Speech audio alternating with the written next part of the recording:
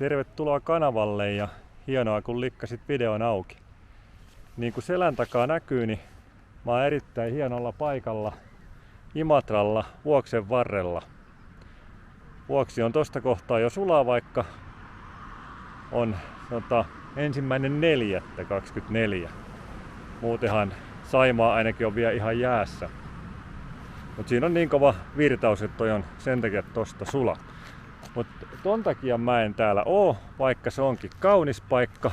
Kävellään vähän tänne päin, niin näette sen, että minkä takia täällä ollaan. Täällä on nimittäin, voisiko sanoa matkakohde tai nähtävyys, mutta vähän surullisempi sellainen. Elikkä täältä löytyy kaksi tämmöstä muistomerkkiä tai muistopatsasta, jotka on Imatran ajoissa kuolleille kuskeille pystytetty. Ensimmäinen kuolouhri tuli valitettavasti jo kolmansissa Imatra-ajoissa, jotka järjestettiin 29.–30.8. vuonna 1964.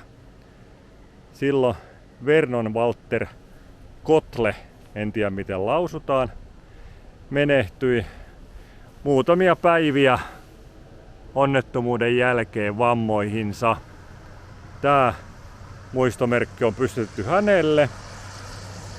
Sitten tässä on toinen, John Taylor, joka kuoli sitten myöhemmin vuonna 1982 saamiinsa vammoihin.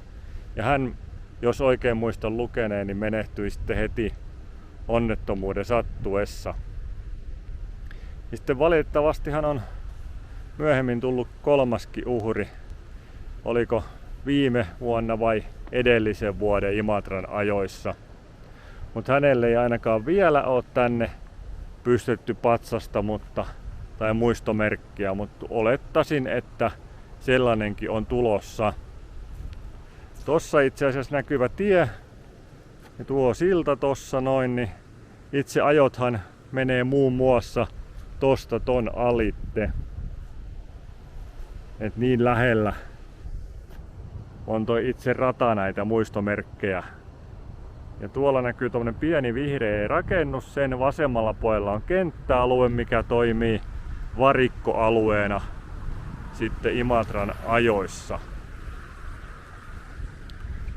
Tässä on aikalaiset härdellit sillo päällä. Katsomorakenteitahan tänne tehdään sinne tänne ja niin poispäin, mutta tämmönen valitettavasti moottoriurheiluun kuuluu, mutta silti aina ikävä juttu, että noita kuolonuhreja näissä ajoissa tulee. Mutta edelleenkin Imatra-ajoja järjestetään ja ensi kesänä taas tällä samalla radalla ajot ajetaan, ja mitä tuossa yhden järjestäjän kanssa juttelin aikanaan, niin on kuulemma taas tulossa jonkinnäköisiä turvallisuusparannuksia tämän edellisen onnettomuuden johdosta. Ja tää paikkahan on todella hienolla paikalla, niin kuin tuossa jo vissiin mainitsinkin alkujuonnon aikana. Eli tämähän on tässä Imatran Vuoksen vieressä. Ja nyt tällä hetkellä näin just pumpataan vettäkin. Tää voi olla väärää olettamaa, mutta oletukseni on, että nämä pumppusysteemit, mikä tossakin näkyy, tuolta vettä tulee aika vauhdilla, niin tuolta matalemmilta osilta, mihin tulvavettä ja lumista sulanutta ja rourasta sulanutta vettä kertyy, niin sitä pumpataan sitten tähän Vuokseen. Ja tuo vastapäätä tiedän, että siellä on samanlainen pumppusysteemi. Toi ei ollut päällä toi pumppu tossa, kun aloitin kuvaamaan, mutta se just näin sopivasti lähti käyntiin. Ja tuossa rakennuksessa tuolla on kesäisin ravintolatoimintaa. Ja tuolta näkyy nyt se kenttä. Kenttä, missä on sitten tosissaan Imatra-ajojen varikkoaluetta.